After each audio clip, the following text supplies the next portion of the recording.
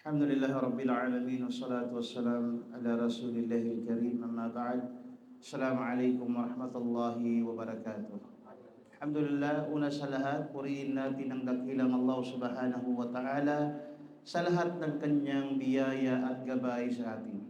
Mga kapatid sa Islam, dito naman tayo pag-aralan natin ang isa sa mga katuruan ng Propeta Muhammad sallallahu alaihi wasallam. Kasi ang Islam, dinul khuluq, ang relihiyon natin ay relihiyon na kung saan nagtuturo ng napakagandang asal. Qala Rasul sallallahu alaihi wasallam, "Idza ra'a ahadukum min akhihi ma yu'jibuhu falyad'u lahu bil barakah." O kama qala sallallahu alaihi wasallam.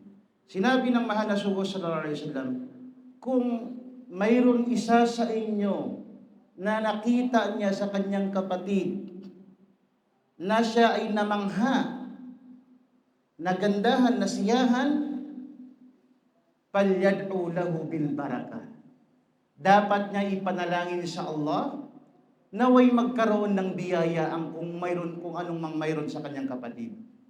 Mga kapatid sa Islam, ang hadith na ito ay maikli lamang. Pero tinuturuan tayo ng mahal na sugo sallallahu alaihi wasallam na hindi dapat tayo mainggit sa mga kapatid natin. Bagkus ang magkakapatiran ay nagmamahalan. For example, may nakita ka sa kapatid mo, gwapo siya, mayaman siya, may maganda siyang mga gamit, or ang kalalakihan, may laki ang katawan niya. Parang na-ajaib ka, nagandahan ka sa kanya.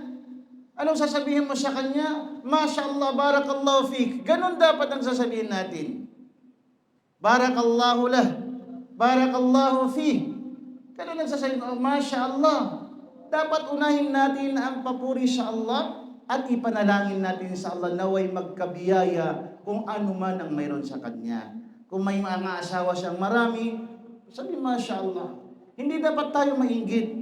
Ang hadis na ito, tinuturuan tayo na linisin natin ang puso natin sa inggit, al-hasad. Alisin natin ito, linisin natin ang ating sarili. Sapagkat may kanya-kanya tayong sinulat na biyaya ng Allah subhanahu wa ta'ala. Hindi mo alam, siya may asawa, siya gandong dalawa, baka nakasulat sa'yo may asawa kang 4. Inshallah. Hindi mo lang alam. Kaya sabi ng Propeta sallallahu alaihi wasallam, isa sa katuruan niya, ipanalangin mo sa kanya naway bigyan ka pa ng asawa. Kasi yung panalangin ng kapatid, sasabihin sa iyo ng anghel, wala ka mithla dhalik. Mayroon ka ring ibibigay sa iyo ng Allah subhanahu wa ta'ala. Allahu akbar. Kaya mga kapatid, inshallah, pagpasalamat natin ng mga biyaya. Dahil ang ayn, yung evil eye, marahil ito ay nakakasira kung anong mang mayroon sa kapatid mo pag hindi ka nagdua ng baraka sa kanya. Kaya yung mata na masama, iwasan natin ito sa kapatid natin.